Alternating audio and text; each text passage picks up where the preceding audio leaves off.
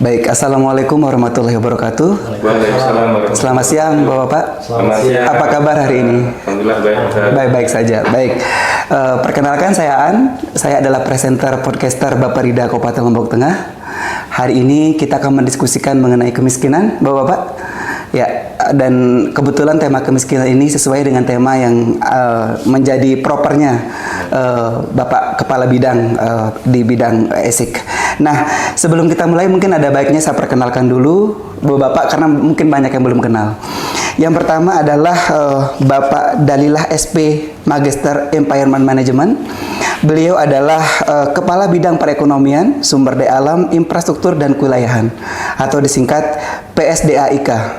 Nah, yang kedua narasumber kita adalah Bapak Ilham Mutar. Beliau adalah Project Officer dari program Islamic Relief. Baik, jadi pada proyek perubahan Bapak Kepala Bidang Infrastruktur, beliau mengangkat tema tentang akselerasi menuju kemiskinan 1 digit melalui kolaborasi aksi menurunkan kemiskinan. Betul Bapak ya? Betul. Nah, kira-kira ini Pak Kabid, apa sih latar belakang kemudian Bapak mengambil tema seperti ini untuk penurunan kemiskinan di Lombok Tengah? Baik, terima kasih Mas Aan, Pak Ilham. Memang gagasan utama kita belakangnya adalah bahwa saya kira kemiskinan masih menjadi tema yang penting ya, dan isu strategis nasional. Dan hari ini kita secara nasional memang capaiannya sudah signifikan, 9,3% kurang lebih ya 2024. Baik. Kemudian di Kabupaten Lombok Tengah kita masih agak tertinggal meskipun kita capaian dalam konteks RPJM kita sudah tercapai 12,07%, tapi dalam konteks nasional kita masih tertinggal. Nah, itu yang menjadi latar belakang saya, kita punya tantangan besar untuk mengejar ketertinggalan itu. Jadi kita akan punya harapan kemiskinan kita 1 digit bisa diselesaikan, bisa dicapai, dan itulah yang melatar belakangi kira-kira aksi perubahan saya. Aksi perubahan. Menarik sekali Pak Kabid untuk hal yang melatar belakangi aksi perubahannya. Lalu dari aksi perubahan ini gagasan apa yang ingin Pak Kabid sampaikan khususnya untuk pemerintah daerah Lombok Tengah? Jadi berdasarkan analisa yang sudah saya lakukan, itu ada beberapa memang tantangan kita dalam mengurangi kemiskinan. Yang pertama persoalan data yang memang sudah sangat lama ini menjadi persoalan bersama. Kemudian juga persoalan terkait dengan kelembagaan. Kelembagaan yang belum mampu bekerja secara efektif, saya kira. Tetapi yang paling strategis dari beberapa isu itu adalah ternyata program-program penanggulangan kemiskinan yang ada itu bersifat sangat parsial, jadi masih sangat berdiri sendiri, sehingga dampaknya ini masih belum signifikan. Untuk itu saya mengambil tema kolaborasi.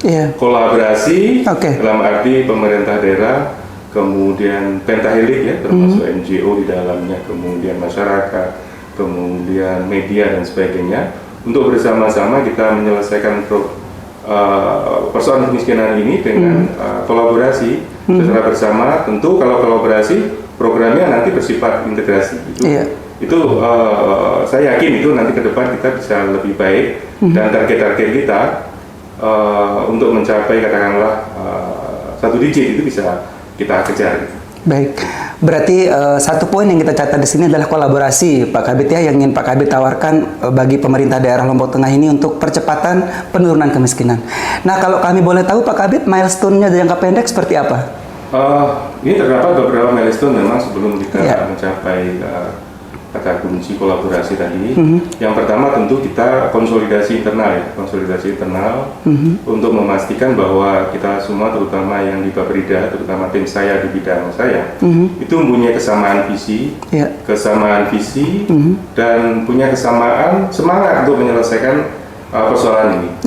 Kemudian kami juga milestone yang saya lakukan adalah dalam konteks kita menyelesaikan kemiskinan ini, aspek perencanaan menjadi penting. Oleh karena kita juga lakukan penguatan kapasitas perencana program penanggulangan kemiskinan untuk seluruh perencana di OPD, dan itu sudah kita laksanakan beberapa waktu lalu dengan menghadirkan narasumber dari akademisi dari Universitas Mataram. Kemudian yang berikutnya kita juga melakukan evaluasi tentunya terhadap program-program yang sudah berjalan. Kemudian yang terakhir kita membangun sebuah dokumen rancangan bangun program penanggulangan kemiskinan yang pendekatan HITS ya, holistik, integratif, tematik dan spasial. Nah itu yang sudah terselesaikan sebenarnya. Nanti kita juga akan sosialisasikan itu kepada para pihak. Baik, menarik sekali Pak ya. Jadi perencanaan juga menjadi hal yang penting dan dalam pelaksanaan juga nanti ada proses kolaborasi di situ. Nah mungkin sebelum saya ke Pak Ilham, tujuan akhir dari proyek perubahannya ini seperti apa sebenarnya Pak Kabid? Ini tujuan jangka pendek memang kita sampai dengan beberapa tahapan tadi ya. Terakhir kita harapannya ada dokumen yang bisa mengintegrasikan berbagai program OPD, kemudian juga dari NGO dan kelompok masyarakat. Tapi dalam jangka panjang kita ingin nanti capaian kita kemiskinan di Lombok Tengah 1 digit. Nah, 1 digit. Tentu itu ambisius ya. Artinya dalam 1-2 tahun kita harapannya kita bisa tercapai.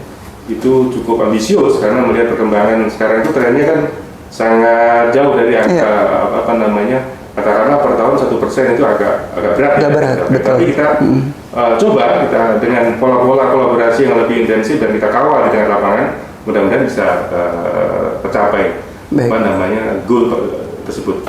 Baik. Jadi kita sangat optimis nanti mungkin Pak Kabid ya dengan kolaborasi milestone itu bisa mencapai targetnya setiap tahunnya. Yang baik. Kemudian pengawalan dengan lapangan itu bisa tercapai. Baik, saya ke Pak Ilham dulu ini Pak Kabid. Baik Pak Ilham, jadi konsep pembangunan kita saat ini kan ke pentahelix, di mana keterlibatan dari NGO, dunia usaha dan sebagainya itu sangat kita perlukan. Nah, salah satu NGO yang kemudian berkontribusi cukup signifikan di Lombok Tengah itu adalah Islamic Relief ini Pak Ilham ya. Nah, mungkin banyak yang belum tahu ini Pak, Islamic Relief itu seperti apa sih, bergerak di bidang apa dan apa yang dilakukan khusus dalam kemiskinan? Mungkin bisa dijelaskan Pak. Baik, terima kasih Pak. Jadi Islamic Relief ini bergerak di bidang pemberdayaan sipil ya, terkait dengan isu kesehatan, pendidikan, kemudian climate change, kemudian isu kemiskinan, ada perumahan juga bagi anak-anak yatim dan duafa, juga infrastruktur terkait dengan air dan sanitasi. Jadi ada beberapa isu yang menjadi fokus kita, dan Islamic Relief ini sebagai organisasi Islam berskala internasional yang pusatnya di Inggris ya. Indonesia itu mulai masuk tahun 2024. Tapi kalau di NTB itu tahun 2013. Kami sudah mulai masuk berbagai isu terkait bagaimana kemudian strategi menghapus kemiskinan ekstrim terutama. Baik, menarik Pak ya. Jadi ternyata Islamic Relief ini fokusnya cukup banyak ya, Pak Ilham ya. Nah, kalau untuk kegiatannya nih Pak, 2025 seperti apa Islamic Relief khususnya di Lombok Tengah untuk kaitannya dengan kemiskinan tentunya? Jadi kami punya program terkait dengan penghapusan kemiskinan ekstrim yang melalui pendekatan Islamic Utrapur Graduation Approach. Jadi konsep atau pendekatan graduasi ini adalah konsep yang berbagai macam pendekatan yang membutuhkan waktu 2-3 tahun dan itu pendampingan secara langsung. Dan di beberapa negara Islamic Relief, salah satu contoh di Bangladesh itu sudah berhasil menggunakan pendekatan ini dari yang miskin ekstrim itu sudah naik levelnya. Nah, di Indonesia, terutama di Lombok Tengah Pak, mungkin konsep ini juga pernah dilakukan oleh masyarakat sipil dan dari sini. Tapi di konsep ini kami punya secara sistematis dalam mengimplementasikannya. Ya, di Lombok Tengah sendiri, jadi ada beberapa item secara garis besar ya yang akan kami lakukan menuju lulusnya masyarakat miskin ekstrim ini. Yang pertama, kami ingin memastikan ada perlindungan sosial terhadap masyarakat miskin ekstrim ini. Misalnya memastikan konsumsi yang baik terhadap masyarakat miskin, kemudian perlindungan sosial lain, misalnya integrasi antara program NGO sebagai mitra pembangunan dengan pemerintah itu juga perlu dilakukan. Misalnya di setiap hari itu kan butuh asupan gizi. Pemerintah punya program itu kan gitu, gizi. Lalu kemudian ada berbagai macam program jaminan kesehatan segala macam. Nah, orang-orang ini yang dikategorikan sebagai miskin ekstrim itu butuh kepastian bahwa mereka akan mendapatkan bantuan. Itu yang pertama. Yang kedua adalah pengembangan mata pencahariannya sebagai income pendapatan mereka. Kan? Nah, berbagai macam usaha yang akan dilakukan ya, kami akan coba memfasilitasi, misalnya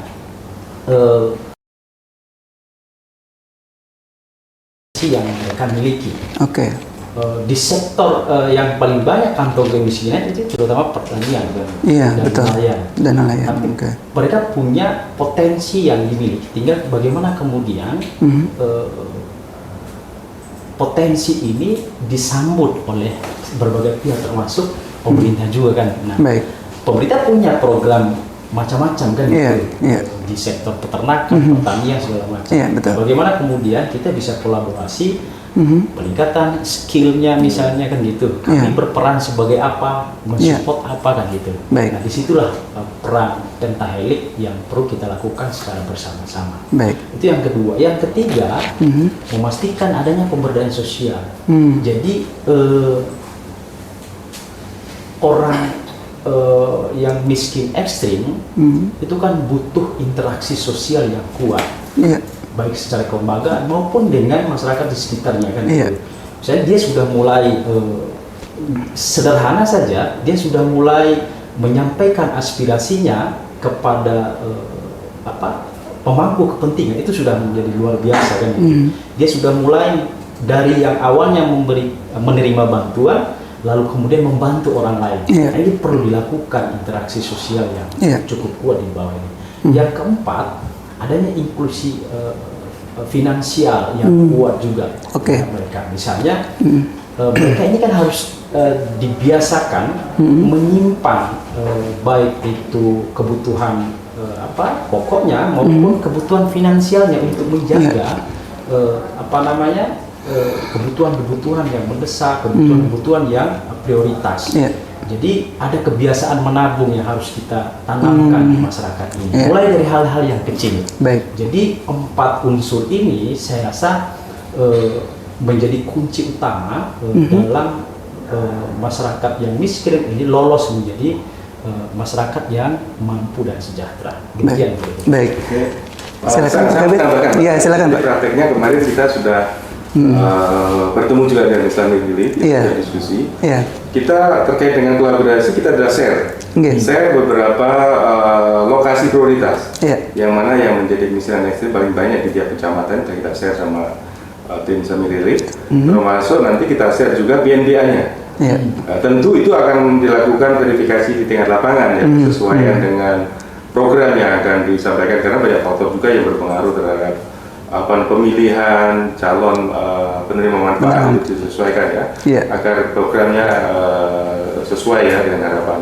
Nah, itu setidaknya itu langkah kolaborasinya itu nanti bisa terjadi di situ, karena lokusnya akan kita tentukan bersama. Kemudian penerima manfaatnya barangkali kita diskusikan. Kemudian ada juga nanti support dari organisasi yang pemerintah daerah. Kita sudah sampaikan juga terkait dengan lokus-lokus itu. Nah, tentu kolaborasi itu kita harapkan bisa terjadi nantinya. Baik. Terima kasih ini Bapak narasumber, dua-duanya cukup menarik. Saya lanjutkan ke Pak Kabid dulu.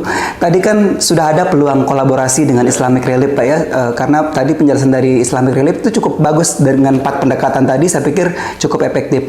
Nah, bicara konteks Lombok Tengah Pak Kabid, sebenarnya apa tantangan utama penghapusan kemiskinan atau penurunan kemiskinan di Lombok Tengah ini? Saya kira kalau kita bicara tentang tantangan kemiskinan, itu memang relatif sama ya semua daerah.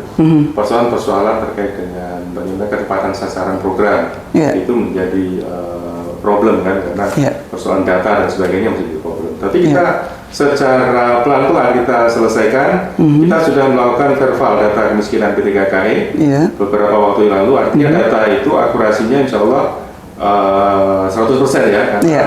Karena data itu sudah diverifikasi oleh desa melalui kadusnya, kemudian ada feedback ke kita. Walaupun secara demografi itu kan dinamis ya demokrasi itu, artinya seminggu yang lalu atau sebulan yang lalu masih ada di situ, bisa jadi pindah migrasi tempat lain atau meninggal dan sebagainya. Itu kita selesaikan, alhamdulillah. Itu langkah pertama. Yang kedua, kita juga memperkuat kelembagaan itu. Kelembagaan kita, TKPKD kita, kemudian tim kita perkuat dari sisi pemahaman terkait dengan strategi penanganan kemiskinan, termasuk pendampingannya nantinya. Kemudian berikutnya persoalan yang menjadi tantangan kita tadi yang saya sampaikan, kolaborasi tadi, kolaborasi yang masih belum terjadi dengan baik. Kemudian yang terakhir tentu fiskal kita, ya Lombok Tengah, daerah fiskalnya kan saya kira sangat terbatas untuk menyelesaikan persoalan-persoalan yang besar seperti kemiskinan yang sangat kompleks itu. Ya kita membutuhkan partner kita yang lebih banyak untuk meringankan beban pemerintah daerah. Ya alhamdulillah kita punya mitra yang luar biasa, dan beberapa NGO yang lain yang berkomitmen terhadap Lombok Tengah, terutama dalam konteks penurunan kemiskinan. Baik. Artinya kemudian melalui proyek perubahan yang Pak Kabid coba tawarkan ini, Pak Kabid cukup optimis ya bahwa ke depan Kabupaten Lombok Tengah ini bisa menurunkan kemiskinan, begitu Pak Kabid? Kita optimis, yang penting kita punya konsistensi ya. Konsistensi terhadap perencanaan yang kita susun dari awal, kita konsistensi dan kemudian ada afirmatif policy-nya, artinya kebijakan yang berpihak kepada perencanaan kita susun itu, kemudian bagaimana perencanaan yang susun itu dikeroyok bersama. Nah itu saya kira kalau hal-hal itu kita laksanakan, kemudian ada proses pengawasan di tingkat lapangannya, memastikan pendampingan dengan baik di tingkat lapangan, ya saya kira tidak ada yang mustahil untuk kita selesaikan dengan lebih cepat ya kemiskinan ini. Terlebih pada sekarang ini pemerintah baru yang dipimpin oleh Pak Prabowo, juga kemiskinan ini menjadi sebuah isu yang sangat strategis ya, penting sampai dibentuk badan baru ya khusus menangani kemiskinan. Baik. Nah, selanjutnya saya ke Pak Ilham nih. Sebenarnya apa sih harapan Islamic Relief nih dengan melakukan kolaborasi dengan pemerintah daerah Lombok Tengah terkait penanggulangan kemiskinan, Pak? Ya, harapan tentunya sama dengan Pak Kabid ya. Harapannya itu masyarakat miskin ekstrim ini kan bisa lolos dari kemiskinan ya. Itu kunci utamanya. Tapi dengan kekuatan bersama. Di NGO mitra pembangunan punya kekuatan apa? Lalu kemudian di pemerintah itu punya kekuatan apa? Tentunya punya kelemahan masing-masing ya. Nah, dari kekuatan itu kan bisa menyatu sebenarnya kan. Bukan berhadap-hadapan ya antara kita jalan sendiri kemudian dia jalan sendiri. Nggak ada yang bisa jawab sendiri-sendiri dalam persoalan kemiskinan ini kalau tidak bersatu. Termasuk masyarakat miskin pun itu kan harus welcome terhadap menangani persoalannya. Kalau dia nggak bersedia, maka tentunya tidak akan terwujud semangat kita bersama ini gitu. Semua pihak. Nah, nanti harapan kami di konsep graduasi ini tanpa partisipasi dan peran dari semua stakeholder yang ada, termasuk OPD terkait Pak. Jadi kami mohon maaf ini dari awal kita sudah menyampaikan ada beberapa stakeholder yang perlu kami butuh bantuan, ya kan? Termasuk dinas lingkungan hidup, dinas peternakan, dinas ketahanan pangan, dinas kesehatan dan lain sebagainya. Jadi bisa kita kolaborasi di situ. Kami sebagai mitra pembangunan hanya bisa memfasilitasi. Nah, saya tambahkan juga di konsep graduasi ini sebagai ciri khas Islamic Relief Indonesia ini juga, kami akan coba menerapkan membangun kelembagaan yang kuat berbasis Islami di bawah ini di tingkat desa. Itu bentuknya Baitul Mal. Baitul Mal ini berperan untuk memakmurkan para mustahik ini ke depannya, karena misalnya target kita di Lombok Tengah ini sebagai piloting kami itu kan 200 pemegang hak, ada 200 target kami. Jadi harapan kami kalau strategi ini tepat, status mereka kan dari mustahik, Pak. Iya. Betul. Ketika lulus menjadi melalui konsep ini, maka tentunya mereka akan naik menjadi statusnya mujaki, bisa membantu orang lain. Nah, kekuatan lembaga ini juga perlu dibangun, apalagi di Lombok ini kan kekuatan secara syar'inya itu juga kuat. Kita juga harus menggunakan pendekatan lokal kan. Gitu. Demikian Pak. Baik, menarik sekali Pak Ilham ya konsep untuk Islamic Relief-nya ke depan seperti apa kolaborasinya. Nah terakhir ini Pak, sebelum kita akhiri diskusi kita hari ini, kalau harapannya Pak Kabid sendiri seperti apa ini dengan kolaborasi yang ditawarkan ini? Terima kasih. Ya. Jadi pertemuan kita dengan Islamic Relief ini adalah sebuah langkah nyata ya, nyata untuk melakukan kolaborasi antara pemerintah kemudian dengan mitra strategis kita. Dan dalam waktu dekat, mungkin tanggal 17 Desember akan di launching program-program di Islamic Relief yang angkanya relatif besar ya, sekian miliar gitu ya, miliar rupiah, artinya itu sangat membantu kita pemerintah daerah untuk memperkuat langkah-langkah kita dalam menanggulangi kemiskinan. Tentu harapan saya dengan semakin banyaknya lembaga mitra strategis seperti Islamic Relief ya, kemudian ini juga akan menarik lagi lembaga-lembaga mitra strategis yang lain untuk bisa membantu kita.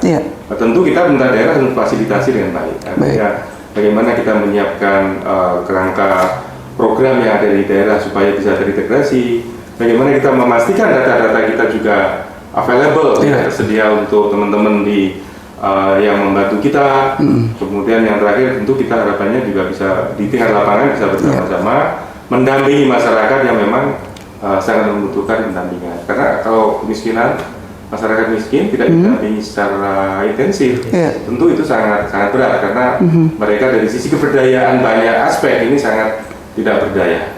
Tentu saya berharap ini menjadi langkah awal kita bersama untuk melakukan kolaborasi bersama dan bisa menuntaskan program penanggulangan kemiskinan. Setidaknya target kita kemiskinan di Lombok Tengah 1 digit itu bisa terselesaikan. Baik. Terima kasih. Baik, terima kasih. Menarik sekali diskusi kita hari ini Pak Kabid dan Pak Ilham. Jadi kami sangat yakin bahwa proyek perubahan melalui konsep kolaborasi ini akan bisa berdampak signifikan sehingga nanti kemiskinan di Kabupaten Lombok Tengah ini dapat turun 1 digit begitu Pak Kabid ya, seperti yang diharapkan. Baik, mungkin itu diskusi kita hari ini Pak Kabid dan Pak Ilham. Terima kasih atas kehadirannya di podcaster Baparida Kabupaten Lombok Tengah. Saya selaku interviewer hari ini undur diri. Terima kasih. Assalamualaikum warahmatullahi wabarakatuh. Waalaikumsalam warahmatullahi wabarakatuh.